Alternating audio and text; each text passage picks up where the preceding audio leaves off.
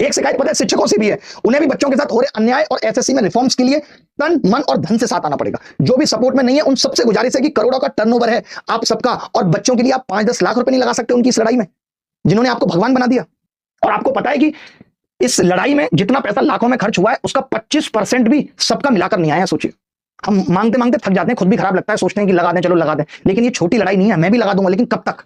सबको समझना पड़ेगा। मैंने यहां तक कि इतनी लड़ाई में वक्त लगाता हूं, दिमाग खपाता हूं। आप सोचते हैं टीचर्स को भी ये लगता है, कोचिंग्स को भी ये लगता है यार अभिनय का फायदा हो रहा है, तो भाई मैंने सच में कभी फायदा और ये सब चीजें दिमाग में रखी नहीं। जो दिल में आया सो बोल दिया। फायदा लेना होता तो सन 2018 में मैं 1 मिलियन सब्सक्राइबर पे गिने चुने लोग थे, पेन ड्राइव बेच के भी बहुत फायदा ले लेता। मैंने फायदे के बारे में कभी सोचा नहीं, बट हाँ इतना जरूर है कि दिल से काम किया, साफ नीयत से काम किया, तो जब भी मुसीबत आई कोई ना कोई ऊपर वाले ने भेज दिया मदद के लिए। तो मैं कभी ये सोचता नहीं हूं। आज मैक्सिमम शिक्षक सिर्फ हमारा इसलिए साथ नहीं देना चाहते कि इससे अभिनय का फायदा होगा। मैं कहता हूं कि मैं सारी चीजें आपको हैंडओवर करना चाहता हूं, बट कोर्ट की लड़ाई भी बहुत दिमाग लगा के लड़ी जाती है, क्योंकि हमें देखना पड़ेगा कि जो बच्चे सेलेक्टेड है उनका भी 1% नुकसान ना हो। ये सब भी तो हमें सोचना पड़ता है। 200-200 पेज की पिटीशन रात में पढ़ते पढ़ते 4 बज जाते थे, जब आप घर्राटे मार के सो रहे होते थे। आप ले लेते इतनी बड़ी जिम्मेदारी, आप ले लेते कि मैं रिजल्ट रिवाइज करा दूंगा।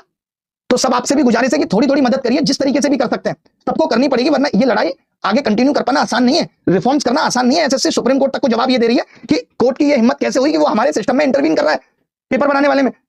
तो लड़ाई लंबी है। अगर हम रिफॉर्म्स चाहते हैं, अगर हम ये चाहते हैं कि आगे आने वाले वक्त में ये सब चीजें ना हो, और आपको भी थोड़ा ये बनना पड़ेगा, आप सेल्फिश नहीं कि मेरी नौकरी लग गई बाहर में जाए दुनिया।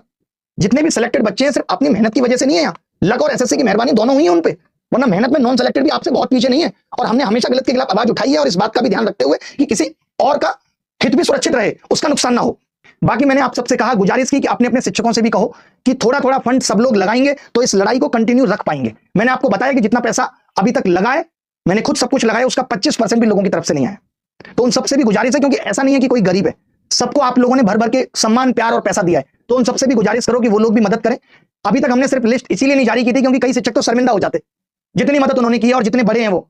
तो हम चाहते हैं कि उनको अभी और मौका है कि वो मदद करें, आगे आके बढ़ के मदद करें, ताकि हम उस चीज को भी दिखा पाएं। बच्चों के बीच में रखेंगे, सब कुछ ट्रांसपेरेंट है और मुझे कुछ देना नहीं है। जो लोग पिटिशनर है उनको ही देना डायरेक्ट, या वकीलों को ही देना डायरेक्ट, क्योंकि अगर आप चाहते हो कि लड़ाई इस तरीके से लड़ी जाए कि जीत जल्दी मिल जाए, तब उसके लिए तो एफर्ट, पैसा, तन मन धन सब लगेगा।